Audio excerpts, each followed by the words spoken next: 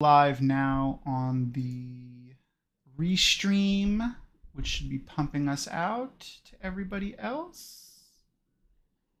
Do we see our friends? Yay! Okay, we are officially live. I did it. I'm the best ever. Not really. I'm terrible. I'm a horrible person. No, you did it. I'm so excited. Hi, everyone. Welcome. We are Dragonmount. We are here to discuss episode Five. 4, right? Five. Blood calls blood. Blood calls blood. Maureen, who directed this episode? Do you remember? No. You said it in the podcast, but I'm sure you have notes in the podcast. Yeah, I have my notes here, but I didn't write that down. That's fine. That's just me being silly. No, that's me I cram what I need in my brain. Hello, Pat. Pat Stone says hello. Good morning. I will toast to you as well. So, I mean, if we're doing it. Yeah, I mean, why not? Mine's just coffee, though. Mine too. Hola, everybody. Welcome. Yes, I am Tom. I am here with Maureen, or Mashiara Sadai, seat above my head right here. Down there is Kitty. We're going to chat about episode 5 of the Wheel of Time show on Amazon Prime Video. It's a fantastic episode. A little depressing. The director was Sally Richardson Whitfield, and it was written by Celine Song. Okay. Yes. Sally did another episode, didn't she? Or she's doing another. They do them in groups of 2. 2, right. Did she do 4 and 5? No, or 5 and 6. 5 and 6. Okay.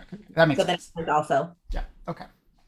I'm excited for episode 6. I won't say nothing. No spoilers, everybody. Yes, we've seen it, but I really can't wait to talk about that one. Next week, They've seen it. Oh yeah, right. You haven't seen it. Sorry.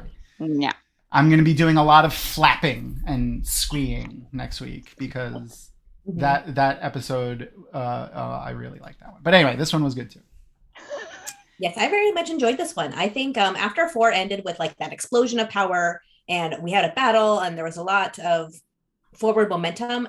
This one's like, okay, let's slow down. Let's find out where we are. Let's steady ourselves. And I enjoyed that, actually. Yeah, they really did a great job grounding like the characters in this episode. Just like gave them time to start absorbing what happened and really realizing the situation that they're in. Tarvalon looked great too. Oh yeah, love it. Yes. Love it. I love that they didn't do. I love how thick the tower looked. Like it makes it a realistic for like, okay, that could hold a ton of people versus like whenever I read the books, in my head is always this like tiny little spire that goes up like 500,000 feet, which I know that's not logical, but this I was like, oh, okay. It doesn't work really. Doesn't work. You know, I mean, it's like a real physics. City. Like they're all clumped together, and that's how it would be if it was the center of power. Exactly. Yes. The the tower I think is done really well. Like physically, like I think it's built well. The when you look at it, if I wish I had an image, I probably do somewhere. I'll see if I could pull one up. When they show that aerial shot of Tarvalon, the tower is huge. Like just what I did is when I paused it on my screen and I tried to find something to like compare it to give it like relative size. And there's a couple of trees like in the streets. So if you think about it like how big is a tree in like a city? It's not the Ogier Grove. It's just like a random tree. So like what? Like 25, 30, maybe 40 feet tall at the most. It's like a tiny little green speck next to the White Tower. And then the tower itself is on like like a hill. So it definitely goes below ground as well. And then it's wide enough to actually accommodate, like stuff. Whereas when when I used to picture in my head, it was this, like you said, like a little thin tower. Like how do you, No, I really like the way that they're showing it. And little flex, but not really. I actually got to go to, so hold on one second. I'm sorry. There's some, fools here on that are so apparently. Oh, by the way, we're paid by Amazon. I don't know if you knew that. I'm waiting for the check in the mail still. Like I wish. I would Yeah. love that. Yeah. I mean, he has the money. Bezos, I'm here. Yeah, it would be nice. Not paid. Anywho's, I actually got to go to Robert Jordan's house a while back when we were in 10th anniversary of Tarvalon.net, which is a community that is founded around obviously the Wheel of Time, and it was in Charleston, South Carolina, and we got to. Did you go to? Were you there for that one? Yes, I was there. Did you? I don't remember. Oh yeah, no, I remember now. Sorry, I have a bad brain. It's not good. Did you go to Harriet's house too? Yeah, I got to sit in Robert Jordan's seat. Yeah, where so he much fun. the Wheel of Time and see his actual library filled up with a ridiculous amount of anime style women with boobs this big. Oh yeah, it was a little. That's my takeaway. There was a lot of weird. There was a lot of art like that in that carriage house, but whatever. He had a lot of cool stuff there too. The thing I wanted to mention about Tarvalon, the reason I brought it up was he had a picture that I forgot the artist. I got to try to find it. I actually have the picture on my external hard drive. I'll see if I can pull it up and show it to everybody. But he had a picture of Tarvalon that an artist did, and he had it framed and hanging in the entrance to his house. And 1000%, like it is very reminiscent to the way that they're depicting Tarvalon in the show. I'm not sure if maybe like this was input from Harriet or Brandon, because I know Brandon's been there a million times, but it is very close to the way that picture looked, and so is the tower. So I wonder if like that had any influence on it. I mean, just knowing that, like knowing the way that picture looked, to knowing the way Tarvalon looks in the show, Robert Jordan would have approved, because he really liked this artist's depiction of Tarvalon, and it looks very similar to the way they did it in the show. I'm gonna try to see if I could find that picture while we chat about it. Do we have any questions? Sorry, I deleted those two leaders. Like, listen, I'm not against people like not liking the show. There's plenty of stuff I don't like. Like, I don't want to say don't like, but wish they like didn't cut or have done differently or whatever. But why are you here on a fan site? Yeah, like, listen, again, go to a haters site. Exactly. Go somewhere where like people don't like the show. You're not going to be, if you don't like it, you're not going to be entertained by the things that we have to say, because we enjoyed it. But if you do, there's no reason to harsh on people's vibe. Like whatever. Like, have dissenting opinions, absolutely. But I hate when people make statements like the show sucks. That was all he said. The show sucks. The show doesn't suck. You don't like it, which is perfectly fine. Say, I don't like the show. That's a perfectly thing to say. But when you make definitive statements like the show sucks, the show is terrible, you're not a real fan if you don't like the show. Those are the things I don't like, because that's gatekeeping and nonsense that I don't stand for. So those are the types of comments I delete, by the way. Anyway, I digress. Let's see what comments are coming in. So I liked the tower halls. They were empty, not so busy with novices yet. Yes, no, the inside of the tower was really great. That was Heather DeGennaro. Yeah. The novice outfits with the ribbons around the arm. Oh, right. That was awesome. Right. I forgot about that. I forgot. Because just like the straight white dress, I don't know. I don't see a reason for it, but I don't care. I like it. Mm-hmm. Yes, because in my mind it was always these like little girl purity culture type of things with like the flared out dress, and I'm like, that looks realistic. That looks like it's still elegant, but still like, okay, you can do work in that. Yeah, right. Absolutely. Yes, very much so. But most of what we saw within the tower was by the warders' quarters. We haven't ventured anywhere else really. Well, we saw the warders' quarters, but then I saw some confusion about this with the online too. Was the location of the warders' quarters versus the hall of the tower? Right. They're not near each other. Mm-hmm. Those are just the two places that we saw. Mm-hmm. When we like the statues of the warders that are outside of the hall of the tower, isn't like, here's the warders' quarters, here's that hall, and here's the hall of the tower. There are just statues of those warders outside the hall. They're still located in two separate spots.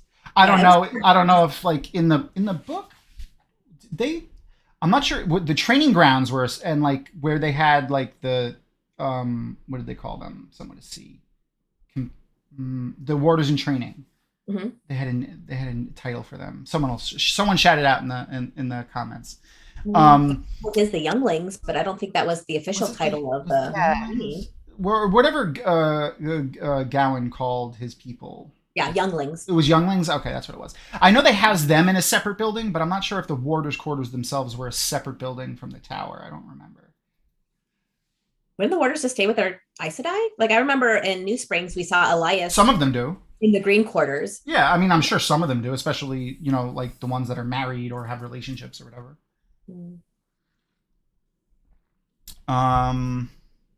But yeah, what I got from that is they're definitely in two separate places. They're just because Lan, when he runs out of the warder's quarters to go to where Stepan is, he runs down a flight of stairs through two hallways. Like, they're not right next to each other. Yeah, the juxtaposition of that first scene though made it seem like they were like, oh, here's the hall. Yeah, because they're all right here, Nynaeve, you just get to stay right here. And I was like, oh, that's weird that the warders were right outside the hall. Yeah. But yes, you do make sense with Lan running. He ran a very long time. Yeah.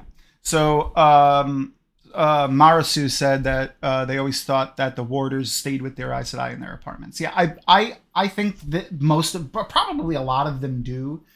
Like, especially obviously the ones that are in relationships of any kind, but we know that they don't always. Like, Lan didn't stay in with Moiraine in her. Yeah, there was only one bed. Yeah, there's only one bed. Yeah, so I don't share. And they don't need. I'm sure in earlier times they probably did not feel the need to have to be guarding them 24/7 while they were inside the tower.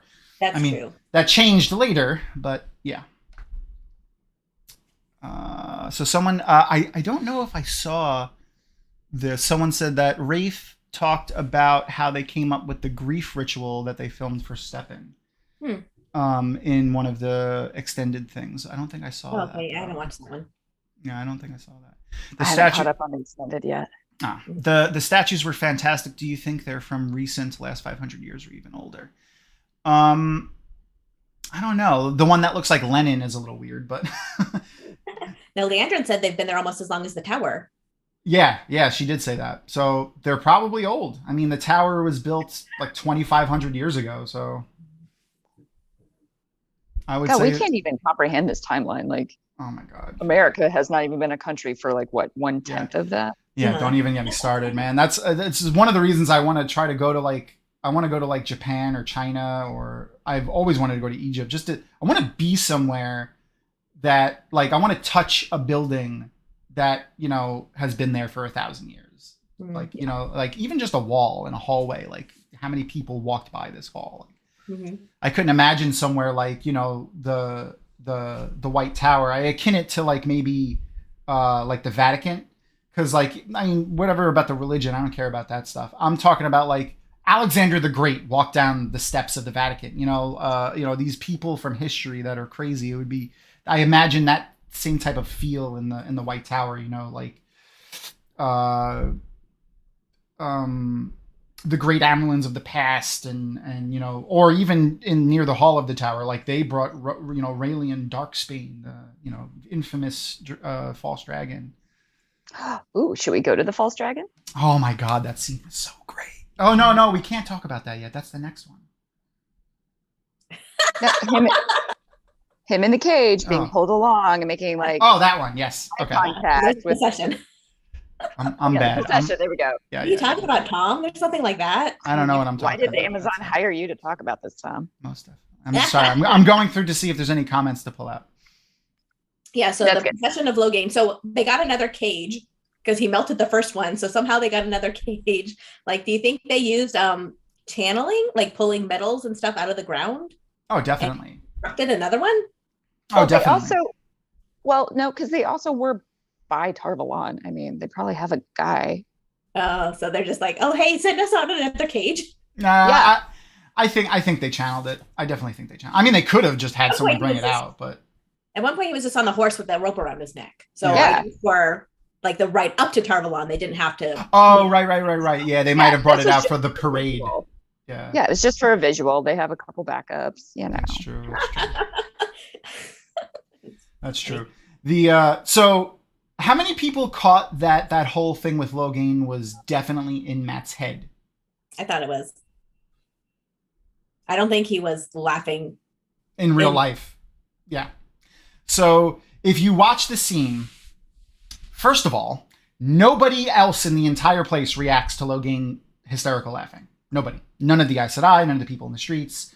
No one reacts to it. Only Matt is the one that reacts to it. If you pay attention to, Rand doesn't even react to it. Yeah, he's looking at Matt. Yeah, Rand's looking at Matt like, Matt, what the hell are you? Why are you staring so hard? And then immediately after Matt snaps out of it, Logain is back in the exact same slumped position, sitting in the, he's not moving or anything. He's just, one scene he's leaning against the cage, hysterical laughing, and the next scene he's slumped in the corner again. Mm-hmm.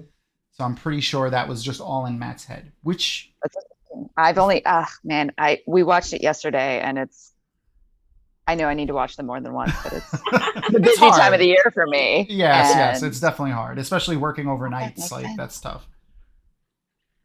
Wow. Yeah. I also miss Pat and Fane. Yep.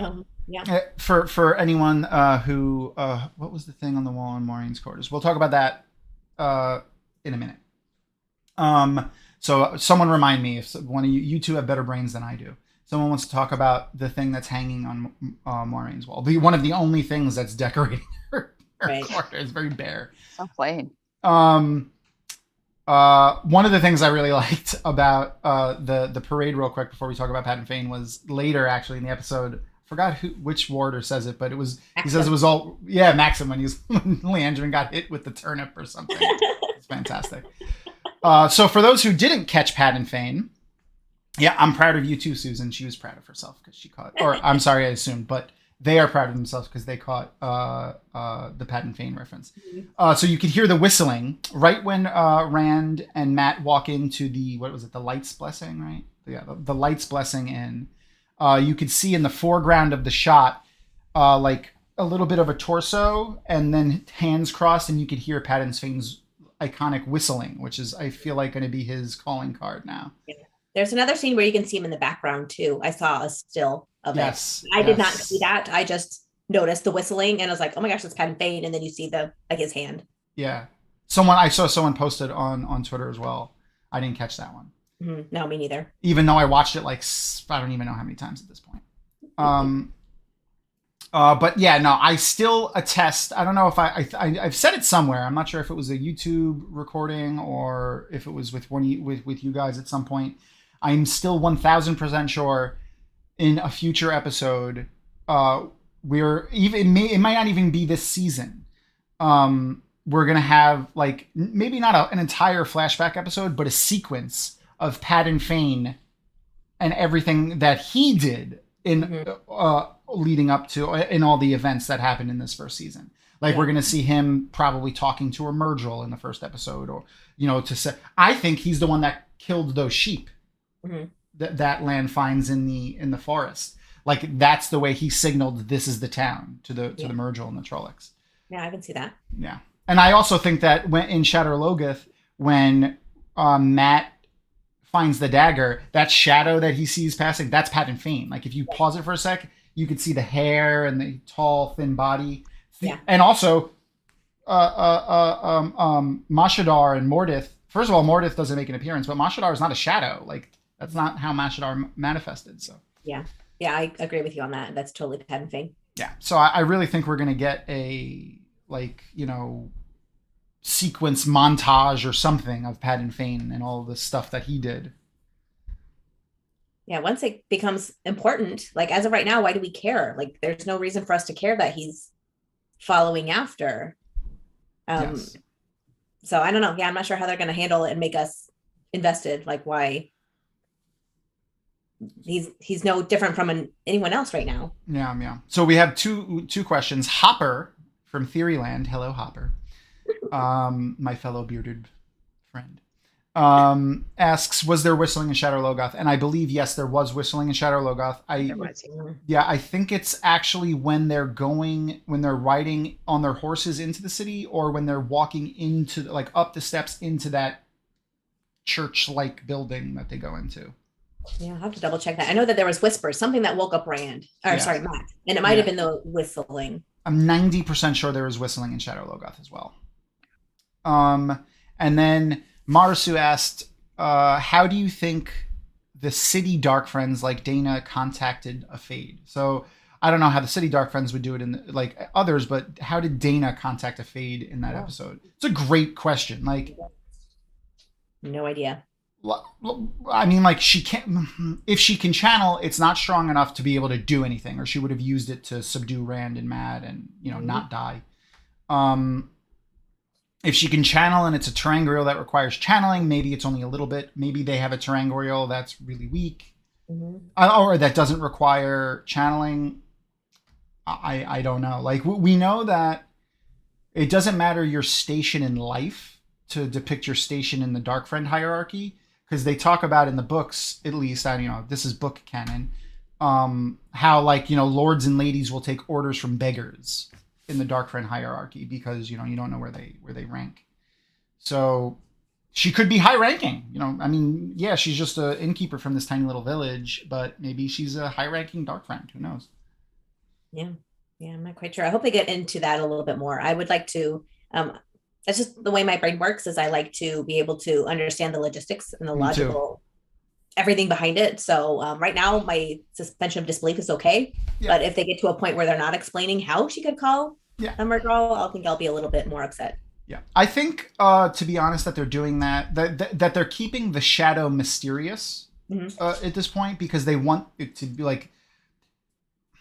I don't want to be spoilery for even too far ahead in the book, but we do know the Forsaken are a thing at this point. Yeah, and we'll talk more about that in a minute too. But so we know that the Forsaken are a thing. They're people. They were from way back in the past. This is again, I'm trying to speak candidly to be as less spoilery as possible. And there are other monsters of the shadow. So we don't know how the Trollocs exist. We don't know how the Murderall exist. We don't know their capabilities yet. And I think they're doing that so that they remain as frightening as they possibly can be. Like even just the fact that they're unknown adds to it. And then they'll slowly, as bigger threats become, they'll explain more and more. So it's, it's more familiar. Or maybe they'll even do something, not just a Pat and Fane point of view. Maybe they'll just do from the dark point of view. Yeah, that would be cool. Like if Ishmael, once he starts to be more important. Oh, so Sam B said there is 100% whistling in Shadow Logoth. So okay, great. By the way, we are Dragonmount. We are discussing episode 5 of The Wheel of Time, Amazon Prime television show. Yes. Just reminding you. If you're watching us, then you're watching us on Facebook or Instagram or one of the other things that I'm streaming to. YouTube, that's the one. There it is. My window. Share it out, tell your friends. If you enjoy us, if you're enjoying us, that is obviously. Subscribe. If you don't, why are you here? It's true. I mean, it is sometimes fun watching, watching things crash and burn, but I'm so glad that that would be my fault. That can see the questions or the people. It's all good. Everyone's doing good. So let's see. Maybe they communicate through their dreams. Glenn says, possible. I don't think we ever. Again, book canon could be different in the show. Murderall don't go into dreams in the book. Like that's not something they're capable of doing. But we do know Rand has a run-in with Ishmael while in that time when he's there, which means Matt probably does too. He's also probably weakened his ability to resist the influence in the dreams, or even keep out the intrusion into his dreams because of his connection with the dagger at this point. So he might be more susceptible to that. So it could easily be Ishmael contacting Dana in some way. But if she needs to be like, I let the Murderall know, or I let the Fade know, it's like she wasn't just asleep. So I feel like it's got to be something more instantaneous. Yeah, no, I agree. I think it might be a terangrial. Like we haven't heard, and I think it's the same reason with the Shadow. They want to keep the one power mysterious, so they haven't gone too deep into the rules and the minutia of the one power yet, so they haven't even said the word terangrial or angrial or anything like that yet. Which can lead us to real quick. You want to say something, Kitty? I was gonna say, are we gonna circle back to yeah, the Moraine? Yeah, you did it! You did it on your own. I'm smart. I'm proud of myself when I remember things. So that circles us back to the thing that was on the wall in Moraine's study. So I don't know. Is it a terangrial? You know, staying non-spoilery again, maybe. I don't know. Like it. Maureen definitely seems to be, and tell me if you guys agree. Like she seems to be the type of person that functionality. She's not going to just decorate something for the like. Oh, I like the way this looks, and it's the feng shui of my. No, she's not going to do that. If she puts something somewhere, it's because it has a use of some kind, or it's important. Right.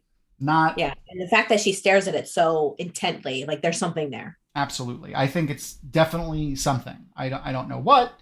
So what is it? Is it so it's like, it's the little door. It looks like a little door, yeah. I only saw it once. I haven't actually zoomed in on it. Is it like a secret door, or is it obvious that, oh, this opens? No, so it looks like a door and it opens. And inside there's a painting of a woman's back looking through a window. Yes. Yeah. The way I took it was just her only, like maybe some sort of link to the past, of reasonings of why she's there, some sort of memory reminder of like, this is what I gave up, this is what it's for. This how I took it. I don't know if it has anything to do with the power. Her mother in the Sun Palace looking out a window. I don't know. Yeah, I mean, it could be it could be a lot of things. Again, I'm leaning more toward that it's a terangrial of some way, because an angrial that would make it would be completely useless to mount it on the wall, and you can't carry that shit around. Oh, sorry. It's got to be a terangrial of some sort. That's only because she's not sentimental. Like even Book Moraine isn't sentimental. Mm-hmm. So it's just, I think that's outside of her character to just have like, you know, something like that. It might be, it could very well be. I think it's going to end up being something more functional than that. Mm-hmm. It's definitely important because like you said, like her quarters, there's nothing in there. Even Alana makes a comment about that. Mm-hmm. When they share a snack in bed. Oh yeah, that was fun. There was a little tension there, a little bit, like when they were laying next to each other, the way that they were, like the tone of Priyanka. It's Priyanka Bodhi, right? Yeah. The tone of her voice was like it was like she was maybe seeing if something might happen, but Maureen resisted. It just bothered me that people lie on their bed with shoes on. Yes. Even socks. It's crazy, but shoes. Yeah, that boots. Come on. That's my line. I'm like, take your shoes off. Take your shoes off my bed. The the only reason it bothered me a little bit was because it's still very much, and again, because she's a green, very much obvious that she's trying to fish for information. Like, you know, like. We're known for being subtle. Yeah. Like, listen, stick to your strengths, all right? Like, stop trying to munch on the Blues Bunch of Crunch there. Like, you're not gonna be good at that. I want to say something real quick. So, Diane Heath said they have been reading the series for years and they're really enjoying the show. It's not perfect, but the actors are doing great and they're really keeping to the spirit of the story. Particularly, I like. It may be in common and not in high chant, but you know we'll get the entire series. It's an interesting headcanon way to frame that. I like it because very few would appreciate high chant. Exactly. Which I would not have the money for high chant. Exactly. Which is why people were like complaining about Tom when he was in the bar. Like he didn't sound like a court bard when he was giving. That's because. Read the room. He's in a hole in the wall miners bar. Like they're not gonna want that. That's not what they want. Yeah, you're not gonna go to a hole in the wall and do Shakespeare. Yeah, they probably. I mean, you might, but nah. Odds are no. They probably didn't want that horribly depressing song either. But you know, sometimes that pulls on the right heartstrings. Mm-hmm. Let's see. What else do we got? So someone said, do we all love Loyal? Yeah. Oh my God. I heard the best description from him and I should probably pull who said it, but it was something like like your Amazon Alexa, who just keeps going even though you've already got the information. Like I was like, that's it, brilliant. Yep. It was perfect. Yeah, it's like such a good representation of the character's core. Like, yeah, he didn't look how I imagined, and that was a little disappointing. But I think Rafe said, and then Ask Me Anything, like he did. You can't spend the money on CGI for a character that's in so many scenes, and Loyal is so important. Yeah, well, but the core the same. He said specifically, and it's only I only want to correct that because it really hit. It was like I fully agree, and I think anyone would. Is he had a choice basically do a much more book accurate depiction of Ogier in one hand, or have more Loyal on screen on the other hand, because they don't have the budget to do full, 8 foot tall, crazy CG or even extensive makeup and animatronics on an actor and then have as much Loyal as he wanted to have. So I would take this depiction of Loyal, which is great still. Versus only like 2 scenes. With 100%. And his voice is perfect. Oh my God. Hamed's voice is amazing. So good. So and how there's like no offense taken. Like nothing. Just like, humans. Real quick. Jose, we haven't talked about Steppen yet. We will soon. So just wanted to let you know. Yeah, we're still on Loyal. We're Loyal for a couple more minutes because I love Loyal and Hamed. This is amazing. So the actor who's playing him, and forgive me if I am mispronouncing the last name. I looked it up and I think I'm getting it right. Hamed Animashon. He's doing a great job. His voice is perfect, absolutely perfect. So he at the exact same time he sounds like a child and someone talking to a child, like how like an adult would talk to. Oh, you're so cute, humans. Like, oh, humans, you're so cute. And like, I forgot you age so quickly. He said, woman now. It's so great. It's so cute. Everything about that whole scene was just adorable. And then even when Rand wants to go watch the procession, and Loyal's like, "Wait for me. Let me gather my things." And he's like, "He goes, I'll see you out there." God, I love it. Yeah. He was Nynaeve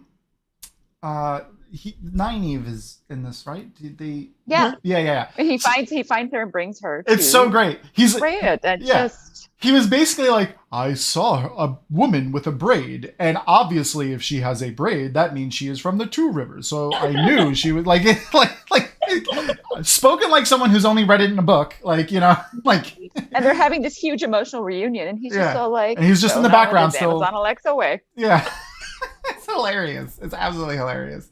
Oh man, Amazon Alexa! If they made Alexa have Loyal's voice, I would just talk to Alexa all day. Amazon, if you're paying attention, we need a Loyal voice for Alexa. Thank you. And we'll also get paid if you want. We're here. Yeah. I mean, I'll take checks in the mail. That would be fantastic. Apparently, we're getting paid already. People are telling us, and I just haven't gotten it yet. Right. Let's see. So someone said, yeah, we talked about that a couple minutes ago. Notice how at home and comfortable Sam B said how comfortable and at home Alana felt in Moiraine's room. Mm-hmm. And more so than Moiraine. So which was that was interesting. A lot of that is Alana's personality. I think she's an easygoing Aes Sedai. I think she's personable. I think she's not necessarily. I mean, she's definitely digging for information, but at the same time, I think she is genuine. I think she would be friends with Moiraine if Moiraine needed a friend. Yeah, I think that's what she's trying. I mean, it's the whole like you have to trust somebody at some point. Yeah. Mm-hmm. Did we also pick out how Liandrin is the one that sent Nynaeve to Loyal? Like, so Liandrin was like, "Hey, go for a walk in the tower," which means Liandrin also knows that Rand and Matt are in the town. So, did she say Persimmons? Yeah, Persimmons. Yeah, the Persimmons are in season. Or in bloom. I don't know the significance of that. There probably is some. What do persimmons mean? I post on it, but I didn't see anything that was important. Is anyone in chat right now like a flower expert? Like, are you a florist or a botanist, or even just like one of those? I don't know. There's like flowers mean things. Like they mean different things. So what do persimmons mean? I don't know. I didn't think. And the way she pronounced it was also interesting. It was weird. Like she was telling. Well, I don't know. And I wonder how much shoot. I might need to organize my thoughts. Never mind. Please It's keep okay. going. It's a plant still. Kyle said aren't persimmons fruits. I don't know. Are they? Yeah. Okay, They yeah, are. they are. But Weirdly, also they're plants still. They have to mean something. Okay. I grew up on it. Persimmon Road. So when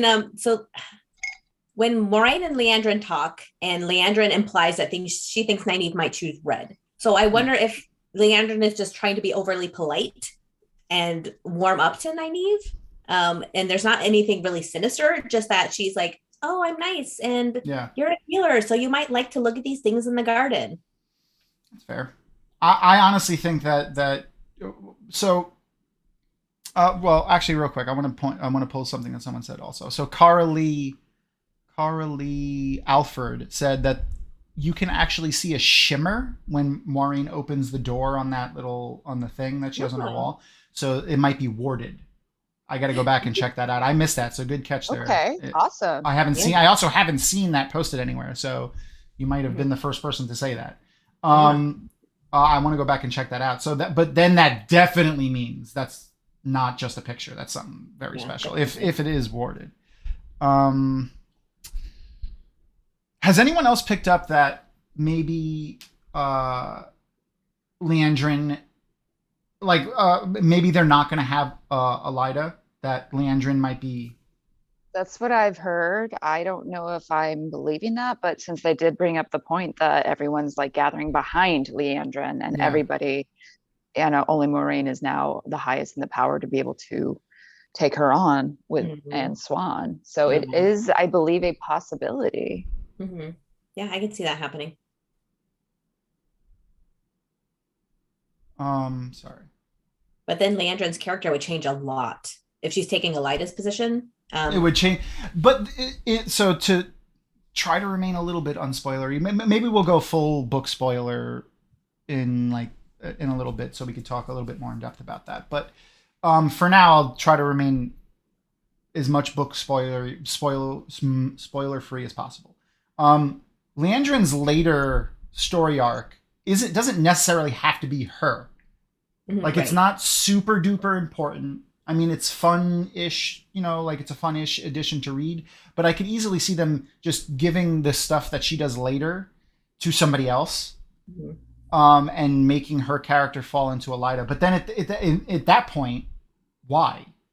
Yeah. Like, well, why even have it named Leandrin at all? Why not just make her Elida? Like, if they weren't going to keep a little bit of her original storyline too. So I don't know. But the fact that they're bringing that whole tower politics part of it into play does make me think that they're definitely changing Leandrin's story arc a bit with that, regardless. Even just the mention of that is different. Well, she's been in almost every episode. They've made her bigger than. Yeah. Oh, yeah. Yeah, because in the book, she wasn't even that strong of a channeler. Like, she's not super powerful at all. Yeah, no, she's average, about that. I mean, she is in the group of Reds. She's amongst the group of Reds who goes out and hunts men who can channel. But that's not to say that she has to be super powerful. But she's up there because I think she's in charge of the group that she's with, which means so for those who haven't read the books, this isn't really a spoiler. When there's groups of Aes Sedai together, the way that they depict hierarchy over who's in charge in the group or who takes lead of the group is whoever's stronger in the one power. And when women mature quickly in their strength, like, you can tell how strong a woman is going to be within the books. Like, you could feel it in however women feel the one power in the books. So they can tell how strong a woman is going to be. So when a woman is a full Aes Sedai, when there's multiple full Aes Sedais, the weaker ones defer to the stronger one. So I believe Leandrin is the leader of her group, which means she would have been the stronger one, at least in that group. Mm-hmm. But it was also interesting that they mentioned in the show, like, were they saying she was getting stronger in support, or were they saying she's getting stronger in the power? Yeah, I think support. I think that political, like, just because even just that example, no,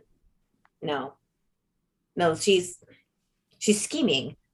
And like, how do I explain it? Like, she's playing the game. She's playing the game of houses. Yeah. Absolutely. Yeah. She's playing the game. Definitely. Yeah, and which she's is maneuvering out of to- character from Leandrin, I feel like. So does she have her sights set on the Amerlin seat? Is she scheming for that, or is there something else she's after? I don't know. Like, she's definitely, if she is of the affiliation that the book Leandrin is in, she could just be doing, things just to, make chaos or disruption in any way.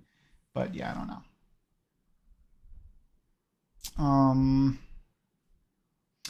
I don't know how to pronounce this name, but Lempira 1421 said, "Where's Min? No one's talking about this very important character." Min is an important character. Absolutely, we know that they cast a actor for her role. She is just not in the scene yet. She's not important in this first bit. Like her like, does she give us interesting information? Absolutely. Does the information she give us become important later? Absolutely. None of the things that she tells us in the first bit are important in the first book or during the events of the first book. So she just hasn't been about yet. And I'm sure, obviously she's going to be back, but because she's been cast, so she's going to be in this. She's going to be in the story. Her viewings might have been too telling as well. Like, might have seen too much, and they are being very cautious about revealing too much. Yeah, they want to play up the mystery a lot more in the TV show of everything, really, like the dragon and everyone's futures. So, let's see. Someone said, "I hope they bring Elida later." I do too. She is one of my favorite people to hate. I've been saying that Abdul Salis, who plays Valda, is like Dolores Umbridge, only because he's so good at being bad. Like he's so, like, you hate his character so much, but that is very much just like a kudos to how good he's acting. Yeah, very much so. But 100% Elida is Dolores Umbridge. Like, she has little to no redeeming qualities, and I mean, not that Valda does, but she fits that role much better. She does a lot of the same things that Dolores Umbridge does, in the way that she changes and that's only because they're teaching children to use magic, and she does a lot of the same kind of stuff that they did. Someone said that they could be combining her with Galena, also possible. Okay. Mm-hmm. I could see that as well. Someone said that would be the first change I disagree with if they combine the two of them. I also agree with that, because I really do want an Elida character. Like, her arc is just really great to show, like, how power corrupts and how some people are just not suited for it, because, like, not only does it corrupt, but she just doesn't have the strength, and she breaks mentally. Mm-hmm. And just seeing her, like, talent for foretelling is pretty cool. Yeah. Elida, so it would be nice to see a little bit more of that. Like, they talked a little bit, I know they haven't. About the foretelling? Yeah. No, Maureen mentions it earlier about when she said, an Aes Sedai with eyes. Oh, an Aes Sedai with milky white eyes, yes. Yeah. So it would be more fun to see a little bit more of the talents that they have. Like, even when we saw Logain looking at Matt, we didn't see a glow, or Rand. We didn't, so we're not seeing the talents that some of these channelers have. Yeah. Actually, I feel like it gives away so much information. And like you said, they're just trying to, like, they're playing the mystery up. Yeah. But after he's been gentle, could he still see Taviran? Yes, because that's not an ability of the power, I don't think. Just a talent, not. Yeah, it's like Min's viewings. I don't remember specifically if he stopped or not, but we know those talents aren't things of the one power necessarily. So but what about foretelling? So if you stilled Elida, would she be able to still foretell? I don't know. That's a good question. That's a Robert Jordan question, or at this point, Maria. I think Maria would be the question, because now even Brandon just defers to Maria. Maria, by the way, for people who don't know, that's Maria Simmons. She was Robert Jordan's right hand, right next to Alan Romanchik in writing. I think she came in like the late 90s, mid 90s, 98, 7, 8, something like that. And she helped him write the books, essentially. She was his continuity expert, research assistant, all kinds of stuff. She did so much for him, same way Alan did.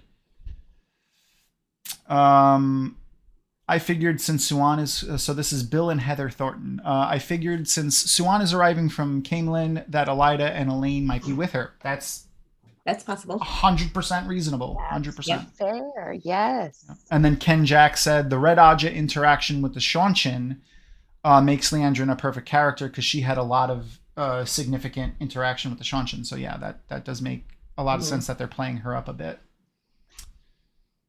Let's see. Should we move to the funeral? There's so many funerals. Which will you want I to know. start Oh with? my god, I cried so much throughout this entire episode that just I wasn't expecting to, and just the absolute. So my husband hasn't read the books, and his statement about the whole thing is like they packed so much emotion and so like in all the characters that's so deep and so in depth with just what 5 episodes of information. Yeah. It's so impressive. The I just want to mention someone real quick. Someone said no introduction to Lews Therin yet. This is a major thing that has been done away with. It's very sad. So first of all, Lews Therin isn't present in the first book, so we wouldn't have him yet. And they did cast somebody as Lews Therin, so Lews Therin will be around. Don't worry. But yeah, so to the funeral. So the first one would be from the battle with the Dragon Swarm. Yeah. So I want to mention, I really like how they showed the warders caring for the enemy as well. Like they buried all of the people, like they buried the King of Geldin or with dignity, with grace. Yeah. Right. It shows. It really shows an interesting ritualistic and bit from the warders. I don't know if it was, if that's something that they do generally, or if maybe it was a land thing because it's a borderland thing, or if it's just something that maybe they all were akin to. I mean, Maureen does say, "May the last embrace of the Earth Mother welcome you home," which is a Borderlander burial thing. So this whole thing could have been Borderlander inspired. Yeah. I think this TV show is just embracing one way to deal with burials. Like I think that's just everybody's going to say the last embrace of the mother, welcome you home. Yeah, probably. But also the fact that they buried essentially like their enemies with themselves. There was no differentiation. It was, you are all human. Your life has now ended. Be at peace. Right. Yeah. Yeah, and they didn't bury them completely, so was kind of interesting. They just left the shrouds on and the candles. I don't know if that's how it's going to be like finalized, or if that was just for that, and then like later on they cover them up, because I can't. Well, they did have them covered. They had the sheets on them with cloth, but if we're going into dirt, actual, I'm sure. Mortuary studies, they're not going to be around. If there's bodies around, they're not going to. Yeah, they're not going to leave them open air. The weird thing is how shallow they were, though. The graves. Yeah, that was so weird. But also, if you saw, there was snow, so who knows? The ground is like hard. A permafrost layer. Yeah, but the one power. So I'm sure they could have. I'm sure they used the power to bury them. Maybe that's possible. Yeah, I mean it was a little weird. So Dumari says that Sholan is pretty stoic, which is why being designated to channel the room's grief is notable. Duty is heavier than a mountain, you could say. That's a good little bit there. A lot of people are saying that they're upset about how much emotion that Maureen and Lan is showing. Like, there's, first of all, that whole shtick and trope about being emotionless but still people caring, like, that's so old, like, tropey BS. Like we don't, like, it's nonsense. No human did. First of all, the only people that never displayed emotions are sociopaths. Lan is not a sociopath. He has emotion. He doesn't display it all the time, and this Lan doesn't either. He displays emotions in appropriate times, either when he's alone. Well, I mean, not that it's not appropriate to display emotions in public, but he displays emotions when he feels safe, and that is when he's alone with Moiraine during this funeral rite in the tower. You could tell, like, when they were burying the ice, he wasn't crying. He wasn't like, he was upset. You could tell that he was upset when they were in that field, when they were burying their dead and the Dragonsworn dead, but he wasn't like hysterical or anything like that. but these characters are people. They're humans. You have emotions, especially when your friend dies, or when, you know, an Aes Sedai, I don't know if they were friends, but at the very least they've known each other for a very long time. Like when they die, like you have emotions, and I'm glad that they're showing that. Definitely. Well, the fact is they also have, oh, you go ahead. Oh, I was going to say, I think he also might feel a little responsible because he was supposed to stay with Stepan and make him not kill himself. But then, you know, Stepan drugged him and he fell asleep. So I think there's a little bit of, what could I have done differently? What could I have done that would have made him stay alive? Yeah. And like, oh, sorry, go ahead. I was gonna say, end of the day, book spoilers, I guess. I think we're past the point. So real quick. We're past the point. So like, if you haven't read the series and you don't want to hear book spoilers, we're not going to give like huge spoilers or anything, but we'll say little tidbits now. So go ahead. I don't know, maybe like the whole thing of like Lan and Nynaeve. You don't have this guy who's absolutely emotionless. Oh my God, I'm in love with you. Let's get married. Yeah, like that doesn't happen. Like, come on. Like that's not how it works. No, and he's a human actually person. Showing. Yeah. They're showing, and it's not like me. He's not all like Yeah, or me. There's like exactly. There's like the light raising an eyebrow. There we go. Yeah. The reason. Wait, one more time. Emotion. The reason. You know, like, what's gonna make Lan appear more stoic and more, like, you know, stone is knowing that he's capable of these emotions, because we're seeing it in private. Essentially, they had a very small private funeral for Stepan, and there was only the people in the field when they buried those other people. And the only other emotion he showed is alone with Moiraine in a fucking bathtub. Sorry, I'm cursing again. In a bathtub while he was naked. So it's not like, you know, it's out in the middle of nowhere. So when things happen and they show him not reacting emotion, that is how we're going to see how stoic he is. I mean, he already is very stoic. But and Matt said in episode 2 when they were in Shatter Logoth, wow, that's the most words you've ever said to us ever. You know, so we get the idea that Lan is very quiet with them. He is very stoic with them. And yeah, we're just happen to see those times where he is comfortable and vulnerable. Exactly. I want to say two things. I want to call two people out because I don't stand for nonsense. So one person said, I think the funeral is for the women. Okay. So no, men have emotions. I'm sorry if you don't have emotions. Men have emotions. I'm a man. I have emotions. I appreciate funerals, especially for people that I care about, or anyone, especially like I've never been in war, thankfully. But if I would respect the people that I had to fight as well, and would like to see them buried with honor if they were honorable people. So I mean, maybe when you die, we'll just leave your body out. That's fine. I mean, but still, like, no, completely. I mean, again, my opinion, but I'm pretty sure a lot of people would agree with me. Completely incorrect. The funeral was for everybody.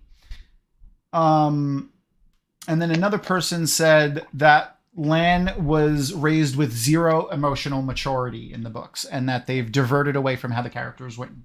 Obviously, you've never read the series, because specifically in prequel novel Newspring, Bukama, there's a lot of interaction between Bukama and Lan, where Bukama is teaching Lan how to behave and be a mature person and display emotions. So. And Lan displays a lot of emotion in the book. I mean, it's hard. You can't see his facial expressions or see things. But if you read the way that he's portrayed, he does display a lot of emotion. But again, I will say, as a critique to the books, it was written by an older Southern white person, a white man, who wrote in a very tropic fantasy way. He was very advanced for some of the themes that he put in those books, but he was bound by who he was. He didn't do it maliciously, but that type of character, the emotionless, huge, strong swordsman, is a tropic character that just isn't real. Like, that's not a real person. And this Lan is a little tiny bit more realistic than Bookland, and I like that, and the majority of people like that. Hence, the show is #1 in a lot of places. So. No, I love all the changes they've made with Lan. And he's more personable. He's more relatable. And you can see why Nynaeve is just so drawn to him. Exactly. So Susan... she hasn't spoken to him for a month. Exactly. She's scared. Think for self. The other, just to get back to Lan for a second, one of the things with him too at the end of the episode when Stepan takes his own life, Lan feels responsible. Mm-hmm. Like it's not his fault, but he definitely feels responsible because he was like kind of like, I'm sure he wanted to spend time with his friend who was sad, but at the same time, it was kind of his job to make sure that this didn't happen. I'm sure they would have had, if Lan was not able to stay in there, another warder or another Aes Sedai would have stayed with him to make sure that something like this didn't happen. And well, it just shows that it happens kind of, I'm not going to say often, but I'm assuming warder suicide after the death of an Aes Sedai is something they have to keep an eye out for. I can't find it right now, but I think Dragonmount shared this earlier. A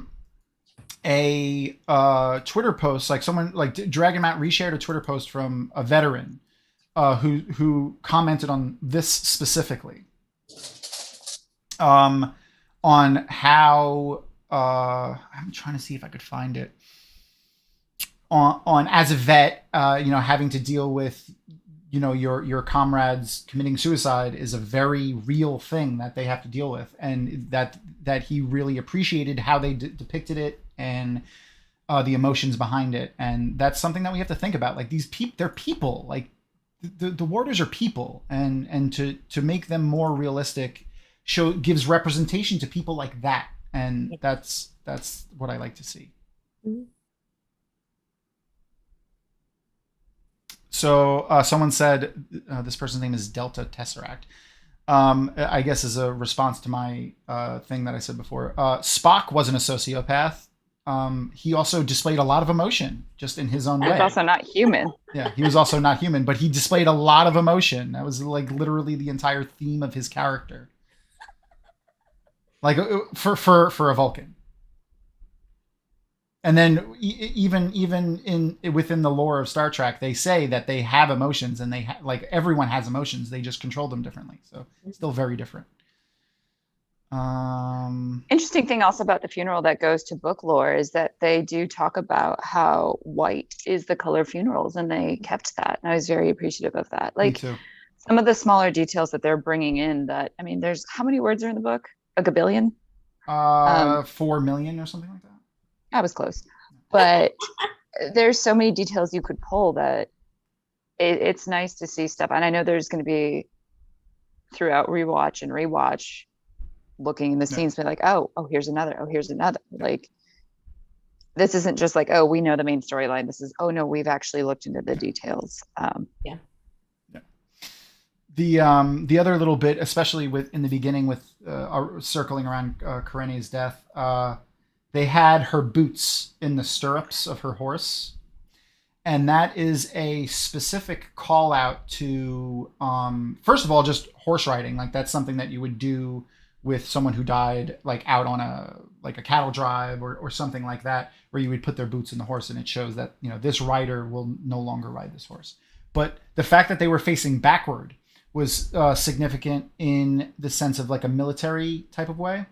Because it's basically saying that she's looking back on her troops because she was the leader of that group, because probably she was the strongest. We know Karenia in the books is like one of the most powerful Aes Sedai to have been around. She was stronger than Moiraine and Suan. So just like looking back over her troops, or, her whatever, the people that she was in charge of one last time. Mm-hmm. So that was another little significant thing that I like that they added in. And when the procession went through Tarvalon, several people gasped when they saw it. Yeah, they knew the significance of it. Mm-hmm. Yeah, so sad. Yeah.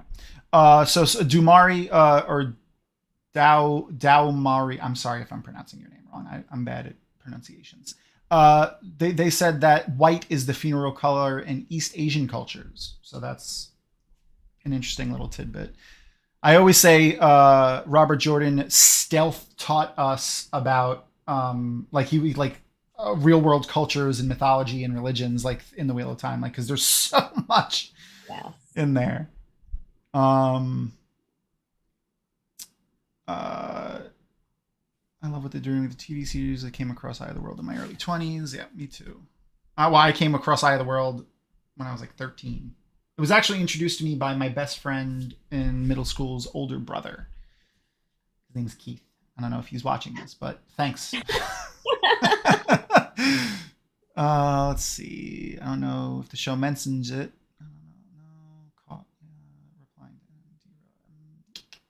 People in the streets gasped when they saw the boots. Yep.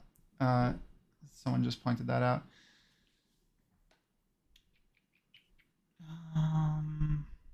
All right. So yeah, I don't see any more questions yet. If anyone has any questions, again, I'm gonna remember this time, Kitty. We're Dragonmount. Make sure to if you're watching this, then you're on one of our social medias. If you like it, share, follow, comment, subscribe, all that nonsense. We'd love to hear from you. I like interacting with the fans. This is the fun part for me. I like doing all of the recordings and all the stuff that I do, but I like interacting with people on the show and talking about it. So if you guys have any questions or comments that you'd like us to talk about, go ahead, feel free to post them in wherever you're watching, and I'll get it in the chat here. All right. Can we move on to talk about the Forsaken? Yes. Yes. I'm so excited. I went out this morning and bought clay so I can start sculpting them. I want them so bad. Amazing. Oh, I'm totally going to do that too. I'm stealing your idea. Yeah. I'll keep you how it turns out. I'm totally going to do that. So we had 8. That's 8. Correct, right? 8. All right. Is there an image floating around anywhere that we can use? There is somewhere. Forsaken statues. So what I got, they've already figured out who it is already. Yes, yeah. I think I've seen most of them have been figured out. Yeah. Okay. Oh yeah, here's an image that someone put. Yeah, like Asmodean has the guitar. And... I love that. That's the one I'm going to start with. If I don't get any of them done but Asmodean, I will be a happy person. Yep. And it looks like 4 men, 4 women. So I mean that kind of fits with the theme of balance. Put this over here, make it a little smaller so that we're not covering. I do is Lanfear, Grendel. Okay, there we go. Moggy. I like calling her Moggy. It's Demerog.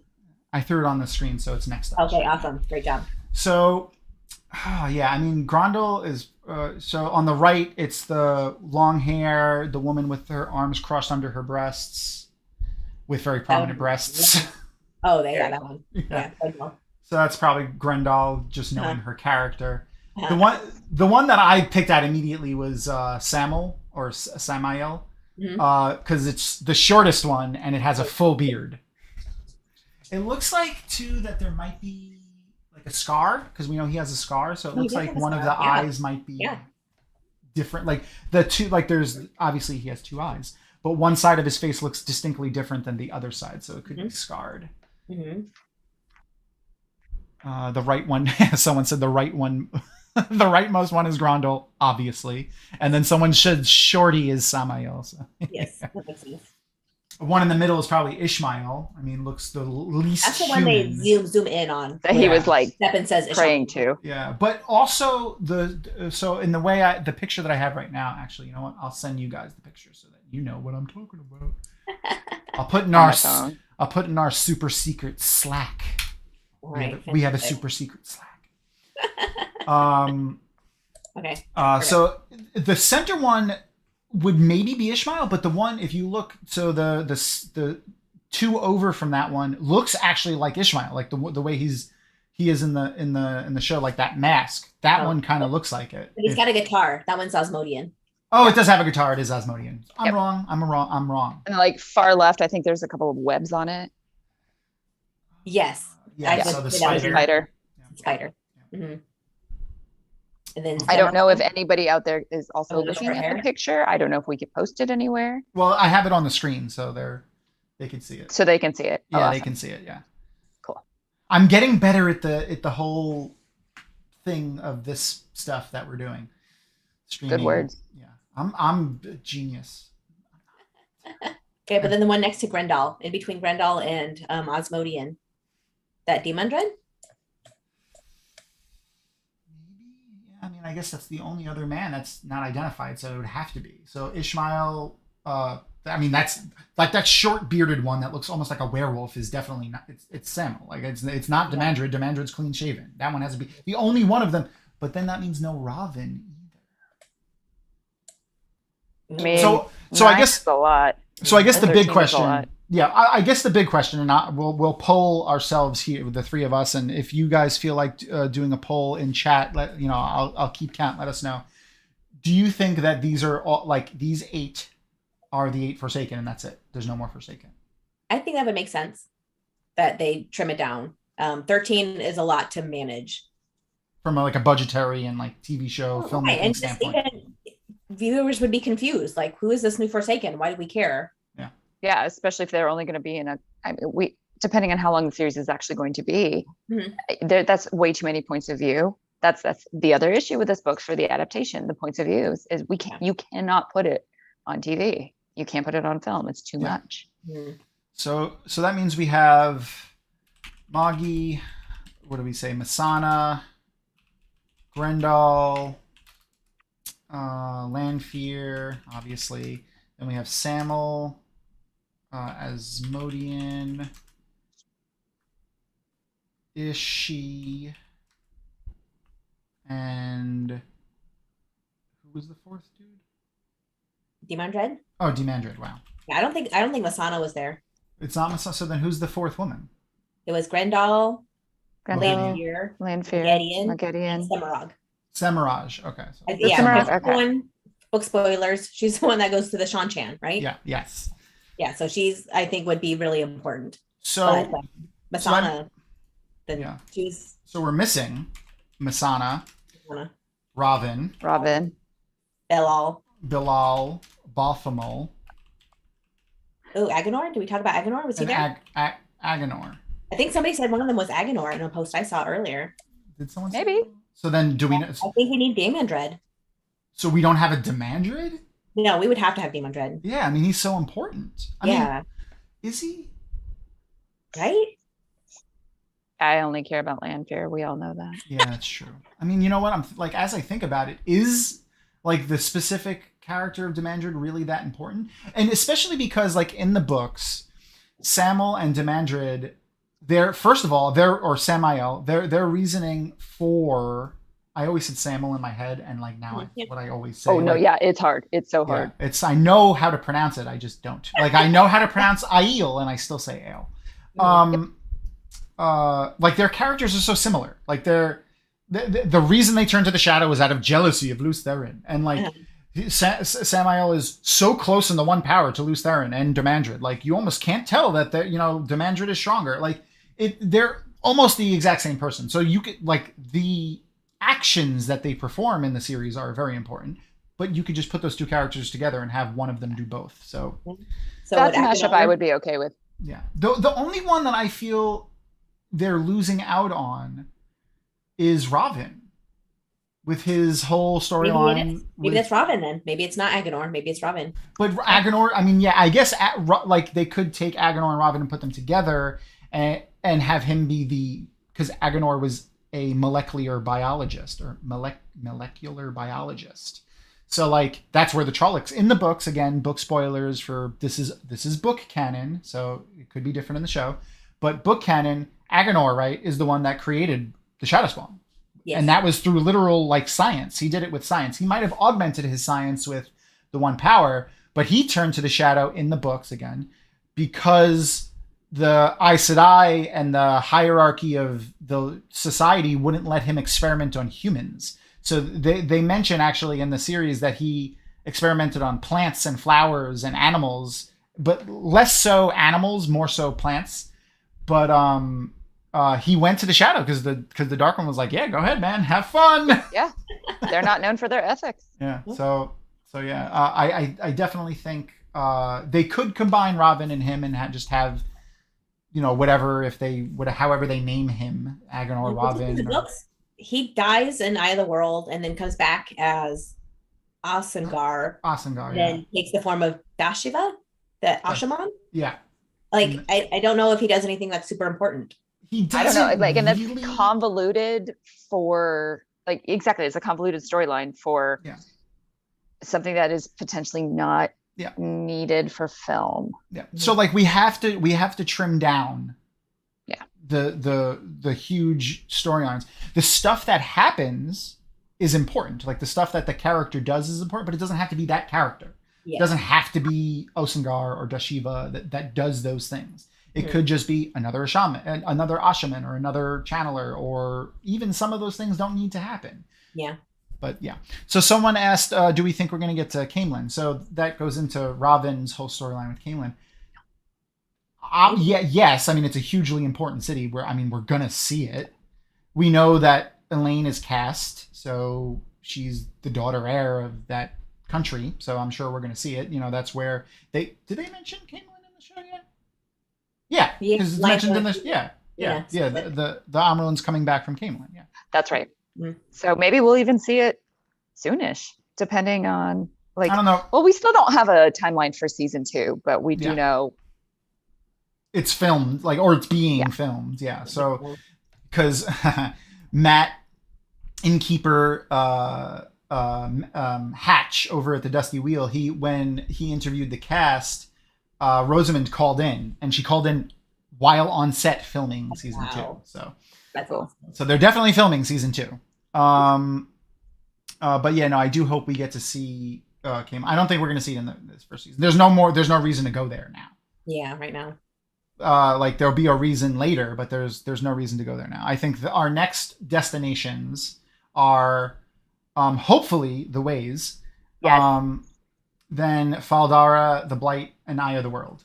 Yeah. It is going to be interesting how they deal with the Eye of the World, because with the books, I mean, that's back when Robert Jordan did not think he was writing an epic tale. He thought he was writing a trilogy. Right. Yeah. When he wrote that first book, he wrote it. It wasn't picked up by a company when he first wrote it. Like, he pitched it, and he wrote it in such a way that he could. First of all, he wrote that book, and this is something that he said, that it could just be a standalone book and be done. That's how that book was written. He also didn't flesh out the entire world when he had written that first book, which is why the One Power functions a little different. There's a few inconsistencies with Moiraine and with the One Power. So even the days of the week was different in Eye exactly. of the World. Yeah. So, but they have the advantage of writing this, knowing all of the information. So now they can make the correct adjustments for that. So someone said, why do the Children of the Light seem like they are in service of the Dark One? That's a great question. They seem like that because we are moral people. They have their own morality. They view, and this goes into one of the great themes in the Wheel of Time is they all think they're doing the right thing. Like, all of these people think they're doing the right thing. Even the villains are relatable in many ways, because some of them are villains just out of sheer greed and, they want to live forever and stuff. But some of the villains feel like they are correct. Like they need to do the things they're doing. And we see that in the show with Dana or Dina. Like, to end all the suffering. And wouldn't that be amazing? Yeah. Like that, like she thinks she's doing the right thing with this. And the White Cloaks are similar. The White Cloaks really do feel that what they're doing is right. That's not to say that I'm sure the things that they do attract the type of people who enjoy doing those things, which are probably going to be evil people, i.e., like people that are more likely to join the Shadow. Yeah. But it's also, go ahead. Like, everyone who's traveling with them, Valda specifically, like with not the Inquisition. I mean, that's the questioners. No one was expecting the Inquisition. The questioners. So, like, that is very much a smaller sect of, or in my opinion, terrible people pulling from. I mean, in the greater sense of the Children of the Light, you're going to get people like, oh, okay, I like this, and there's going to be some amazing, wonderful people, just like there are in any cult. Am I sticking up for cults right now? A little bit. A little bit. Okay, good, cool, good job, me. But we are seeing just that one slice of it from that point of view. And just like with any, I guess, is it a religion or is it just a way of life for them? Which is another thing that I like about the Wheel of Time. There's no religion. Yeah, there's no religion. It's just a way of life, like the way they live. That's not a religion. That's just their credo. And that's because, like, God, the creator, is a thing. They've revealed themselves. Like, the devil or the Dark One has revealed themselves, and the creator revealed themselves. They are actual real beings or essences or whatever. So that there doesn't need to be a mythological religion built around them. There's just, it's an accepted set of facts, essentially. Yeah. But we do actually get both White Cloaks, Bornhold. Yeah. So, and we do see that there is actual tension between those two, between the questioners and the groups. At first, I honestly thought that they were doing good cop, bad cop, like when they first were talking to them. Yeah. But we do see that there is an actual little bit of tension there. Like when because then we get after they interact again. So I'm going back to the first episode or the second, whatever. When the White Cloaks first approach the group when they're leaving the Two Rivers, when Maureen still has her wound. When they're leaving the group and Valda tells Bornhold that he's going to leave, there's a little bit of tension there, and that's not for anyone's purposes because it's just the two of them talking. So yeah. I definitely feel like that there's going to be some tension, and to show it's perfectly displayed with Bornhold saying, "Listen, you need to go see an Aes Sedai about that wound, or you're going to die." Mm-hmm. Like Valda would gladly die and would want anyone else to just die from that wound than accept healing from the one power. Right. So there's obviously going to be a rift between those two groups. So I'm sure we're just going to, like, as an audience, we're probably just supposed to hate the questioners. And then the bit of empathy that we're supposed to have for the White Cloaks will be fully directed toward the non-questioner White Cloaks. Yeah. I mean, because the White Cloaks have some value to their beliefs. We see that when Galad gets interested. Like there are some things there that are worthwhile. It's just they've taken it to the point where it's, dang, I had the word. Just it's like corrupted because they've just taken it to the extreme. Yeah, no. Sorry, I'm going through chat to see if there's anything to pull out. But then I really like what they're doing with the White Cloaks here. They're playing them up to be the threat that I feel like they were a threat in the books. They just, the way, again, it kind of seemed Monty Python in the books. It was absolutely. He made them almost like I don't know, like the equivalent that I would use for Tolkien. But they're very Tolkien-y. Like just even that first book is much more Tolkien-esque than the rest of the series, and that was purposeful. Like he did that on purpose because he was trying to pitch a brand new fantasy series, and the biggest one was Lord of the Rings, so he made it very Tolkien-y.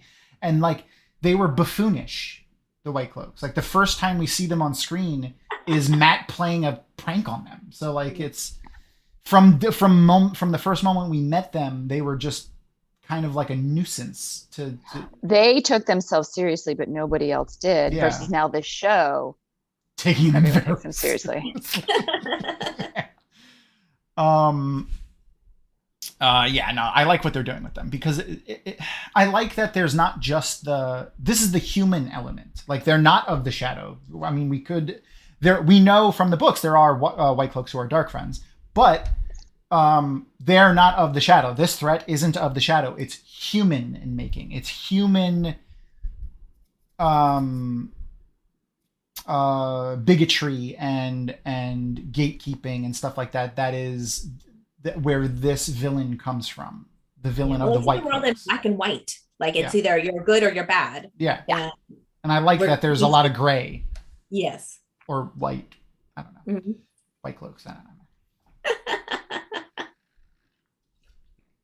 So let's see. Marisu said he was straight up lying when he said it was a trilogy. He absolutely was. Oh, funny. Yeah. Funny. It was originally a trilogy. Then it was like maybe I could do it in 7 books, and then it was just like it's going to take as long as it takes. So Jose asked, "Was the stone with inscriptions a portal stone, a guide to a waygate nearby, or a guide to a waygate nearby?"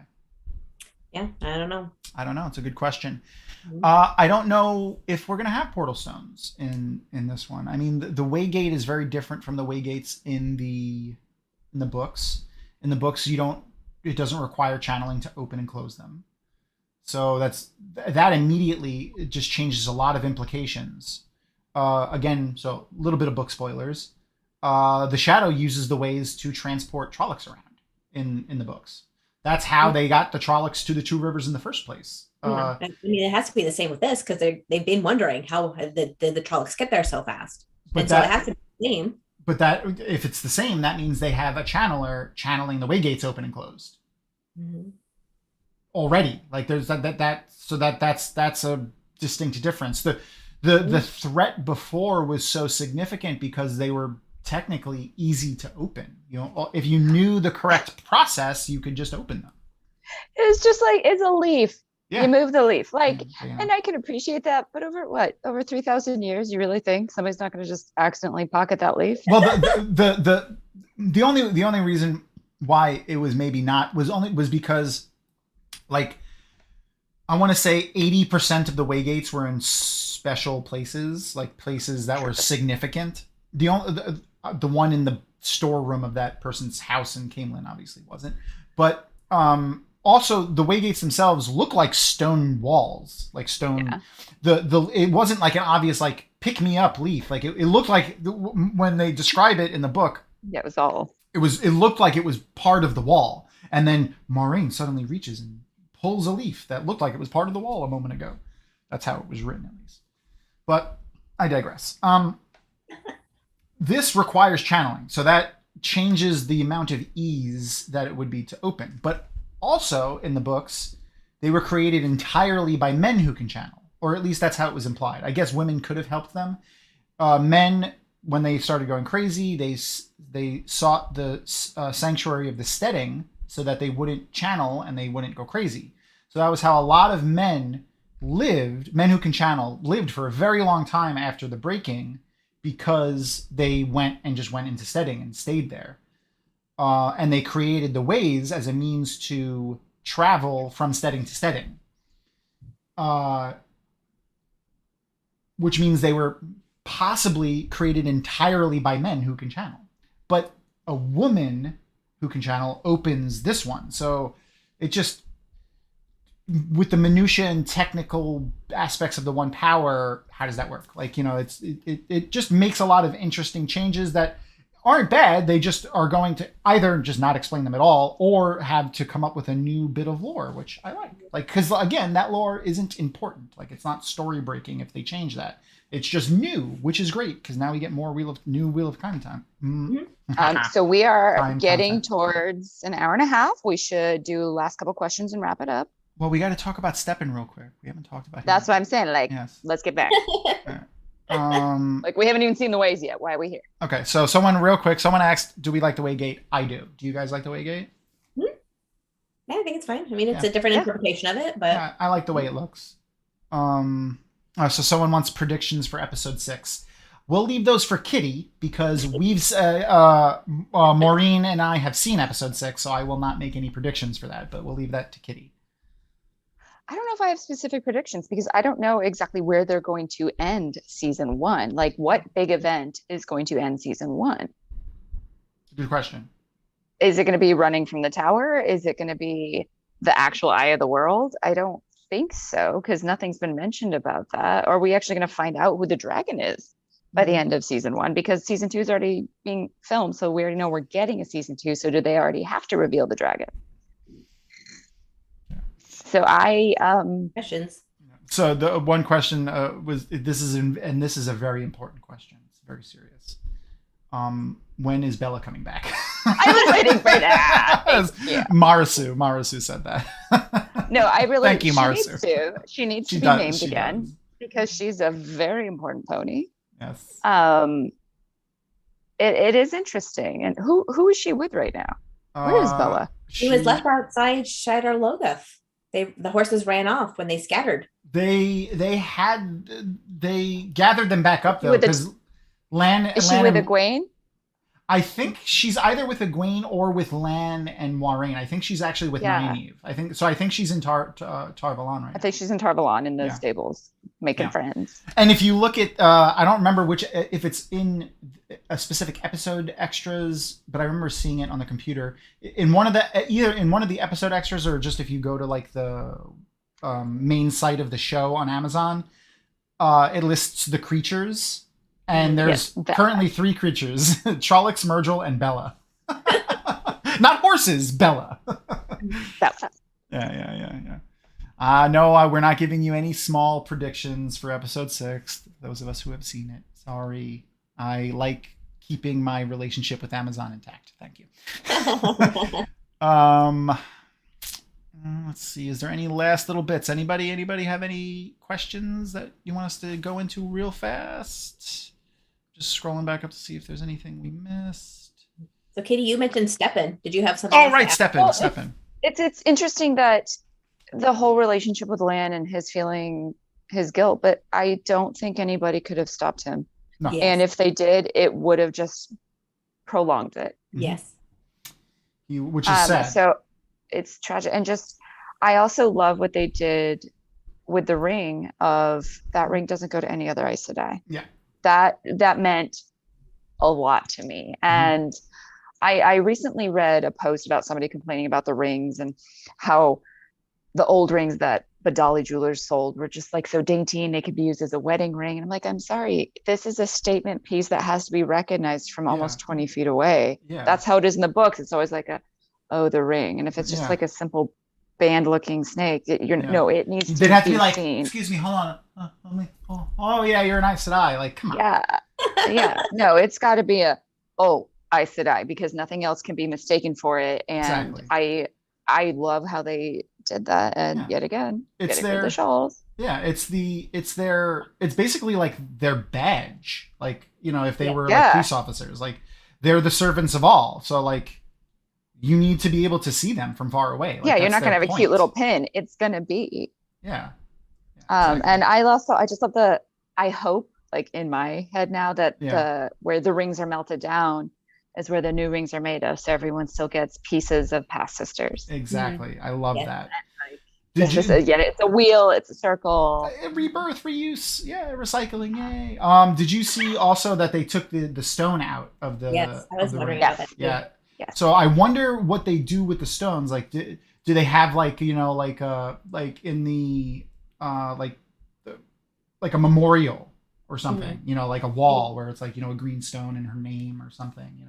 Mm-hmm. Huh? Maybe. It would be cool to see if they did that. That would be really it makes sense if Steppen got to keep it, but then he killed himself. Like what happens to it? So and maybe he gets buried with him. Yeah, honestly, there's in the real quick before we end, there was a bit in the beginning with Lan and Moiraine when they're having their during the funeral, like they exchange this look, and immediately what I thought when I saw that look was, because Steppen is standing right next to Lan at that point, and they had just put Karenia in the ground, so it's like we know. I mean, even people that haven't read the books, they know that there's something with the bond. The Aes Sedai and the Warders share some sort of feelings through the bond. We know that they can feel a lot through that bond. So basically, the two of them felt each other almost die. They felt each other dying, like they were dead, like they were going to die in seconds if Nynaeve didn't save them. So they felt each other dying, and now they're burying someone who did die. So they're like, this almost happened to us. That's what they were feeling. Could have been us. Yeah. And then with Steppen at the end there, I really think this is the setup for either we're going to get an actual scene where Moiraine is going to talk to in the show. I think she's going to pass her bond to Alana. Mm-hmm. We're either going to get a scene where she's talking to her directly about it, like I'm going to pass my bond to you, or that'll be something that we see in a later season if something ever happens to her, or like they'll do a flashback of like Moiraine or Lan finding out that she did this and like him confronting her about it or something like that, where we'll get a flashback to this moment when she's in the tower and her having that conversation with Alana. I think that's what. Would they even do that though? Does his bond need to be passed to her, or are we just going to go directly to Nynaeve? You might go directly to Nynaeve. You might go directly to Nynaeve. It could. I think they might still do the whole passing thing to Alana. I don't know, but yeah, we'll find out. At the very least, they started foreshadowing that bonds can be broken, because she does say that I found a way to dissolve a bond, which is just now it's putting another thought into the viewer's head, like there's things you can do with the bond. So I definitely. And then Steffen's talk about love. Yep. And how that's the only thing that made life even bearable. And I think that's a good point, that she might just go right to Nynaeve, because Moraine knows their feelings, like that he has feelings for her, so that like Moraine knows if anything happens to me, Nynaeve will be the one that can keep him alive. Yeah. Oh yeah. Absolutely. That makes perfect sense. Let's see if that's the end of it. I think going directly to Nynaeve would be very good. I wanted her to get to Bond much sooner in the books. Yeah, we all did. Yes. Yeah. We all did. I think we're going to see a Nynaeve mature, her character mature into the character that, I don't mean like mature in like the ideal of like the age, but like early book Nynaeve to late book Nynaeve. I think that transformation is going to happen quicker in the show than it did in the books. She's gonna, if she even has a block, which I hope she does, because that's a fun little bit. She's gonna break it sooner. She'll become Aes Sedai sooner. All that stuff. Spoilers, by the way, that happens in the book. I wonder if they're even gonna try to make her a novice, though. I could see them skipping right over novice because she's so powerful. It's true, but they already mentioned it though. Leandrin is the one who mentioned it, like novice light. Landrin's also like untrustworthy. Yeah, well, she's a stickler and like me, so she probably wants to see. Nobody's ever come in. She probably wants her to be a novice because Nynaeve is so much stronger than her. So she's like, you know, that if she's a novice, that just gives her one more rung below her that Nynaeve would be. I'm excited to see the accepted. Yeah. Like when Egwene joins as a novice, Nynaeve will be a novice too. Like maybe they're just going to make them their journey parallel. Yeah. So the one person that asked what our predictions are for episode 6 is Siuan Sanche and more Aes Sedai.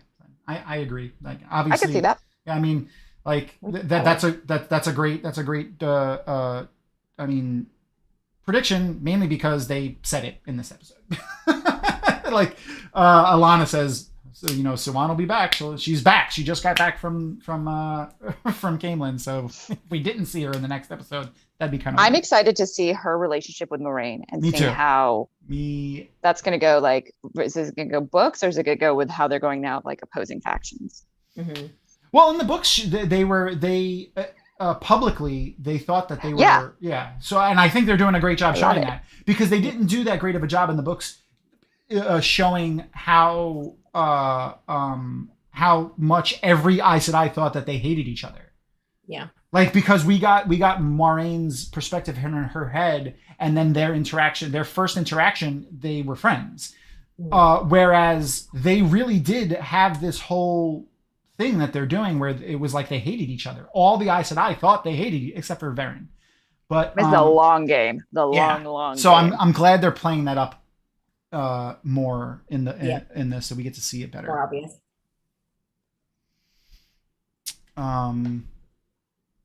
Okay. So we've been going for like an hour and a half. Everyone that stuck around, or anyone that just came in, thank you very much for joining us. Kitty, you want to plug us because you're better? Oh, hi. We're Dragonmount, and we have been discussing number 5 of the Wheel of Time, Amazon Prime's TV show. Please give us a like, a follow, subscribe. If you don't like us, why are you here? We are not paid by Amazon. No. We are. I wish. I just get up every Saturday morning out of the love for the series and the love for some of you guys. I was going to say, it's not for me. I said some. Oh, it totally is. All right. Well, thanks everyone for joining us, and we will see you next Saturday at the same time on the same place. Episode 6. Can't wait. See you later.